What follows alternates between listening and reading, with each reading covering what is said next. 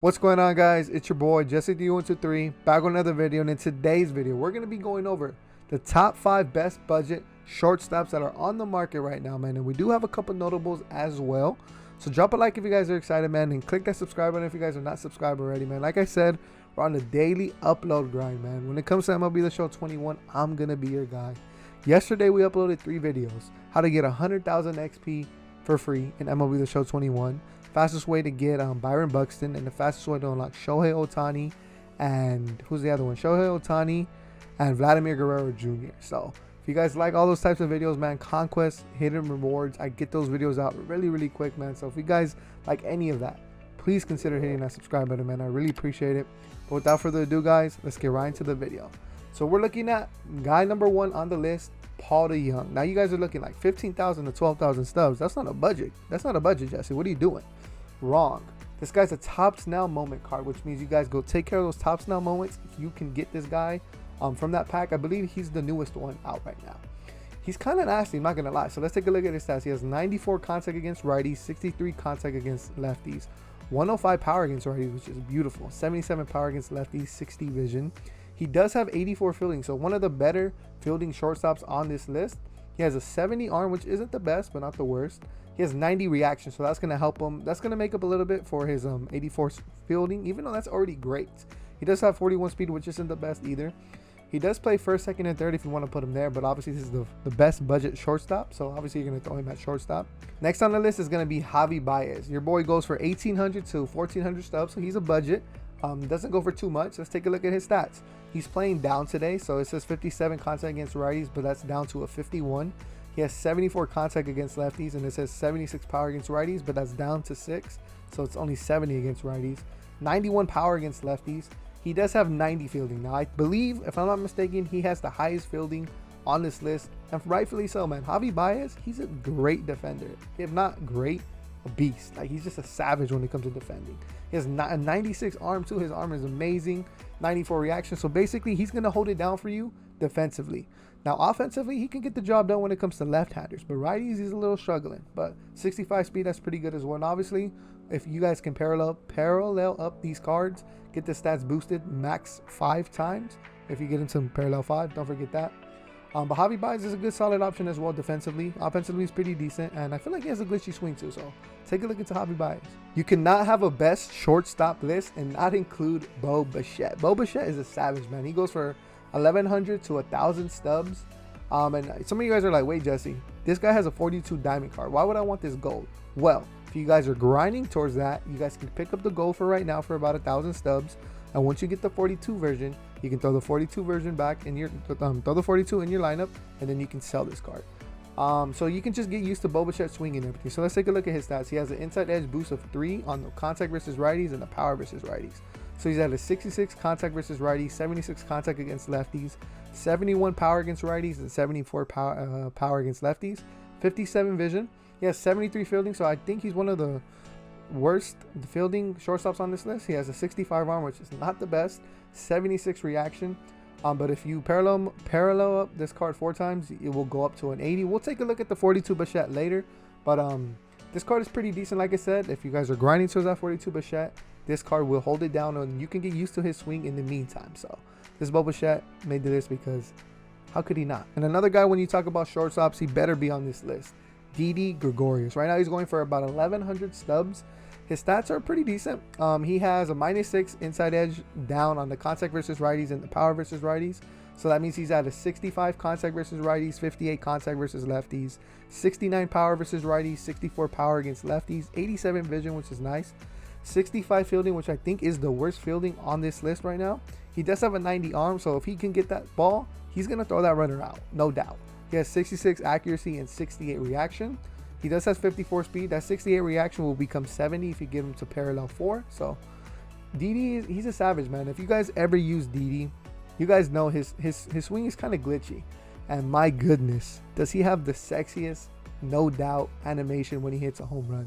I kid you not. If you guys have ever experienced it, you know. And if you guys haven't, search that thing up because it's a thing of beauty, man. It feels so rewarding when you hit a home run with him, and I feel like it's super easy as long as you can lace the ball up and it's kind of high inside. You can just pull it. He's very easy to hit home runs with, and that's why he's on this list. And finally, guys, The last guy on the list is Alberto Mondesi. How could you not have this guy on it, man? He's probably one of the only switch hitting shortstop that I know. Obviously, the other one being Wander Franco and Francisco Lindor, but those aren't budget, obviously.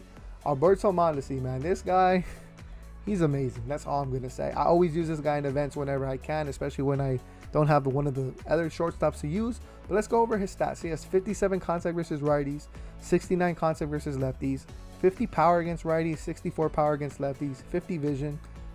His defense is amazing though. 87 fielding, 83 arms, 76 accuracy, 87 reaction, 97 speed, 99 stealing, and 97 base running aggression.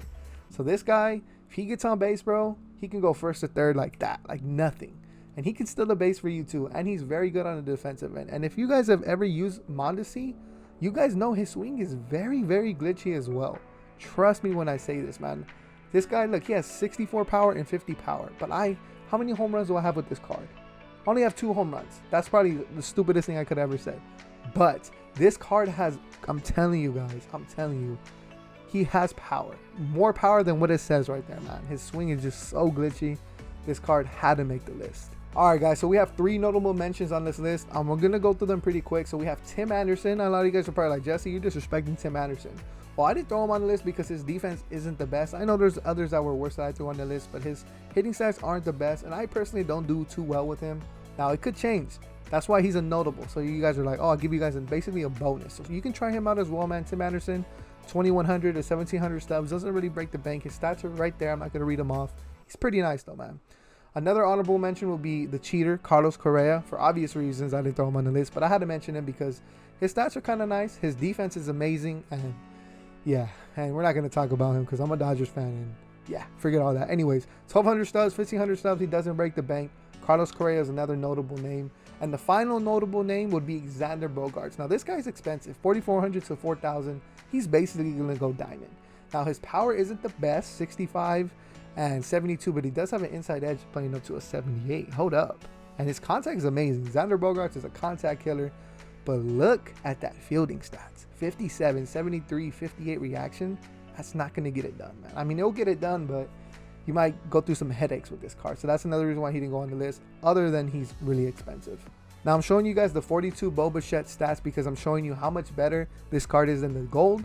But in the meantime, if you don't have this card yet, get that gold, get used to his swing, and once you start grinding and you'll get this card, you're going to be ready to hit bombs with this card, bro. Because this card is substantially better than that gold. Obviously, I believe he's 8 more points better. That gold's a 80 and this one's a 88.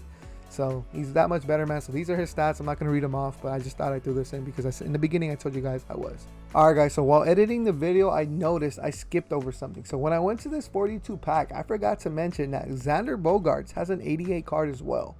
Willie Adames has an 88 card as well, other than the Bichette. So take a look at those as well, man. The silver cards, the silver card of Adames, I don't think is worth it too much. So in the meantime, have that Bichette. And then once you get that Bichette, once you get this pack, you can make the decision if you want to go Xander, Willie Adames, or Bichette.